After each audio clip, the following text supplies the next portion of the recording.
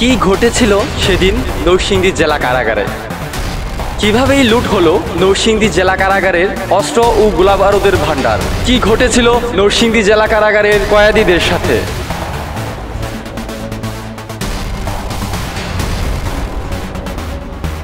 শুরু থেকে শেষ পর্যন্ত সকল ঘটনার পুঙ্খানুপুঙ্খ তথ্য নিয়ে বেঙ্গল টিভির আজকের এই ভিডিওতে আমরা কথা বলবো।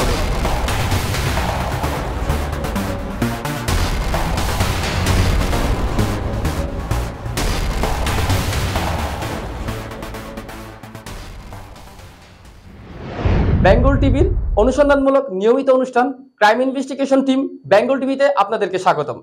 আপনারা দেখছেন বেঙ্গল টিভি এবং আপনাদের সাথে রয়েছে আমি নাদিম মাহমুদ।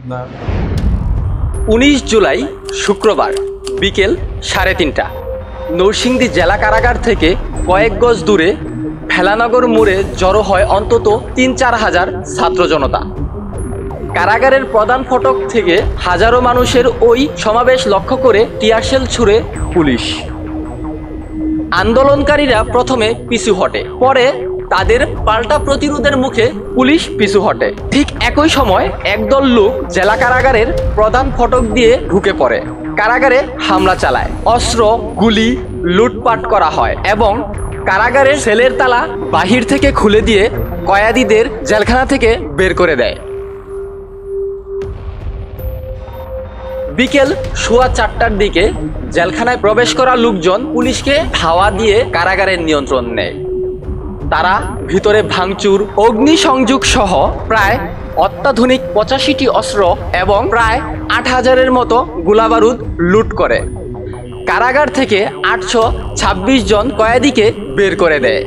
এর মধ্যে অনেক কয়েদি বের হতে চাচ্ছিল না, তাদেরকে জীবনের ভয় দেখিয়ে সেখান থেকে পালিয়ে যেতে বাধ্য করে আন্দোলনকারীরা।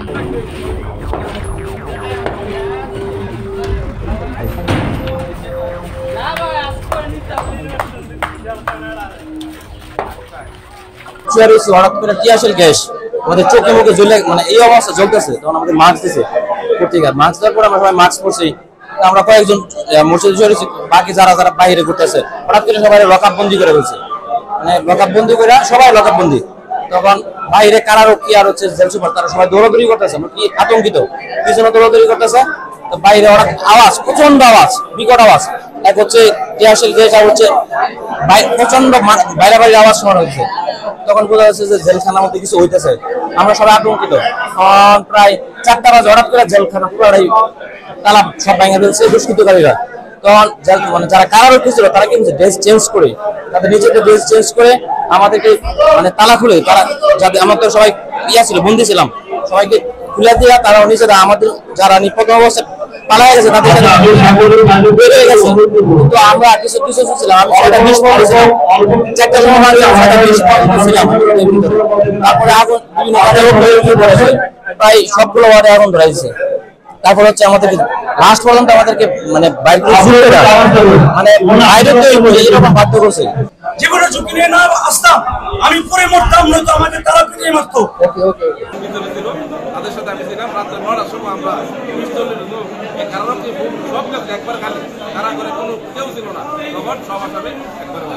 প্রথম তো ছেলেদের ওয়ার্ডে ঢুকছে, পরে ছেলেদের ওয়ার্ড ভাঙচুর করে পরে আমাদের ওয়ার্ডে ঢুকছে। পরে আমরা সবাই আতঙ্কের চলে আমরা সবাই যা বাথরুমে পলাইছি। পরে ওইখান থেকে আমাদেরকে আমার ভিতরে ঢুকে আগে আমাদের ওয়ার্ডে আগুন লাগাই দিছে পাবলিকরা। পরে আমরা যখন বলছি যে আমাদের ওয়ার্ডে আগুন লাগাইছেন কারণ আমরা আপনাদেরকে মুক্তি করতে আসছি, আমি বলছি যে আমরা যাবো না, আমরা এখানে থাকবো। ওরা না যাইতে হইব, কারণ আমাদেরকে মারধর করার জন্য ওরা হাত উঠাইছে। আমরা যাই না দেখে আমাদেরকে এই ঠেলে ঢাকায় বাইর করে দিচ্ছে, মারধর করে বাইর করছে। আমি আশা করি যে 850 মতো আসামি কয়েদি যারা পালিয়েছে, মেজরিটি 80% আমি তাদেরকে হাজির করে দিতে পারবো। আমি সরকারের কাছে এটাই অনুরোধ করবো, মাননীয় প্রধানমন্ত্রী জননেত্রী শেখ হাসিনার কাছে এটাই অনুরোধ করবো, উনি একটু মমতাময়ী, যারা জেল কারাগার থেকে স্বইচ্ছায় যায়নি, যাদেরকে ইচ্ছার বিরুদ্ধে বের করে দেওয়া হয়েছে, তাদের ব্যাপারে যেন সরকার নমনীয় থাকে। এই ঘটনার পর জেল সুপার আবুল কালাম আজাদ ও জেলার কামরুল ইসলামকে সাময়িকভাবে বরখাস্ত করা হয়। এমন জঘন্যতম ঘটনা উপমহাদেশে এর আগে ঘটেনি। দায়ীদের খুব শীঘ্রই আইনের আওতায় আনা হবে বলে জানিয়েছে নরসিংদী জেলা প্রশাসক।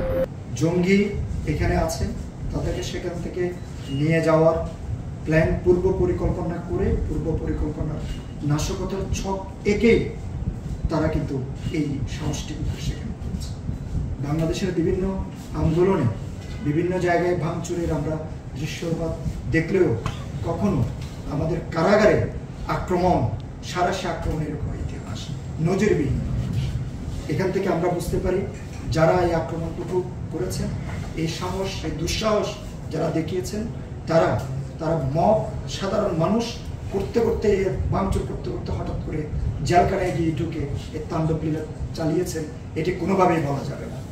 বরং তারা এটা পূর্ব পরিকল্পনার অংশ হিসেবে তাদের ছক এঁকে প্ল্যান প্রোগ্রাম করে সেই কাজটুকু তারা করেছেন। কারাগার থেকে পালিয়ে যাওয়া এখন অবধি প্রায় 465 জন আদালত ও পুলিশের কাছে আত্মসমর্পণ করেছে বলে আমরা জানতে পেরেছি। বাকিরাও আত্মসমর্পণ করবে বলে আশা করছে জেলা প্রশাসন।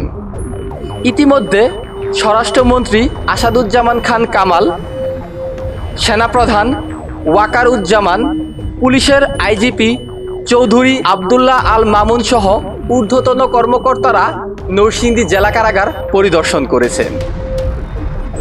19 জুলাই নরসিংদীতে যে তাণ্ডব চালানো হয়েছে, এই তাণ্ডবের মধ্যে নরসিংদী জেলা কারাগার, নরসিংদী জেলা পরিষদ ভবন, ইটাখলা হাইওয়ে পুলিশ ভবন, মাধবদী পৌরসভা, সদর উপজেলা মুক্তিযুদ্ধ কমপ্লেক্স, 5 জনা পুলিশ ফাঁড়ি সহ 8টি স্থাপনায় হামলা হয়। অগ্নিসংযোগ, ভাঙচুর ও অস্ত্র লুণ্ঠনের ঘটনায় এখন পর্যন্ত 11টি মামলা হয়েছে। আরও কয়েকটি মামলা প্রক্রিয়াধীন রয়েছে বলে আমরা জানতে পেরেছি। ইতিমধ্যে গ্রেফতার করা হয়েছে 184 জনকে। একদিকে যখন আন্দোলনকারীরা নরসিংদী জেলা কারাগারে তাণ্ডব চালাচ্ছে, তখন আন্দোলনকারীদের আরেকটি অংশের মূল টার্গেট ছিল নরসিংদী জেলার মূল প্রশাসনিক এলাকা দখলের।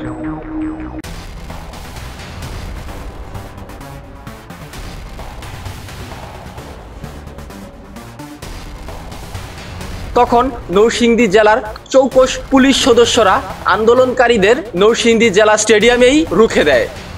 সেখানে তাদের শক্ত অবস্থানের কারণে আন্দোলনকারীরা নরসিংদী জেলার মূল প্রশাসনিক এলাকায় ঢুকতে পারেনি।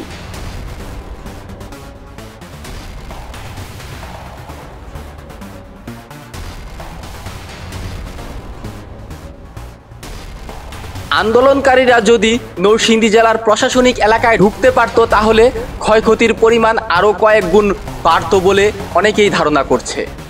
এই ঘটনায় নরসিংদীতে প্রায় 100 কোটি টাকার ক্ষয়ক্ষতি হয়েছে বলে আমরা জানতে পেরেছি।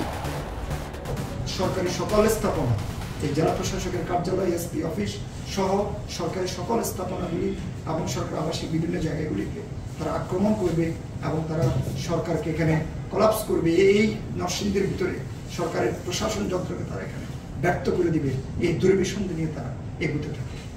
তো সেই এক পর্যায়ে তাদের সেই চক্রান্ত, তাদের সেই আক্রমণকে আমাদের জেলা পুলিশের, পুলিশ বাহিনীর সদস্যগণ সম্মিলিতভাবে তারা রুখে দিয়েছেন এবং ব্যাপক আকারে এখানে ফাইট হয়েছে। শেষ পর্যন্ত রাষ্ট্রের চেয়ে বড় কোনো শক্তি নেই, সরকারের শক্তির চেয়ে বড় কোনো শক্তি নেই, প্রশাসনের শক্তির চেয়ে বড় কোনো শক্তি নেই। প্রশাসন, আইন শৃঙ্খলা রক্ষাকারী বাহিনী সম্মিলিতভাবে তাদেরকে পরাস্ত করতে পেরেছে। আমি অপরাধী হোক না কেন, জেল পলাতক হোক, জেলখানা ভাঙ্গা হোক, অস্ত্র লুট হোক, হত্যা হোক, আমরা সবাইকে আইনের আওতায় নিয়ে আসবো। এই ঘটনায় কারা কর্তৃপক্ষ এবং অন্য কারো গাফিলতি আছে কিনা সেটিও তদন্ত করে দেখা হচ্ছে। ইতিমধ্যে নরসিংদী জেলার বিভিন্ন গুরুত্বপূর্ণ পয়েন্টে সেনাবাহিনী মোতায়েন করা হয়েছে। তাছাড়া বিজিবি, র্যাব সহ বিভিন্ন আইনশৃঙ্খলা রক্ষাকারী বাহিনীর নিয়মিত টহল এবং অস্ত্র উদ্ধারে অভিযান পরিচালনা চলছে।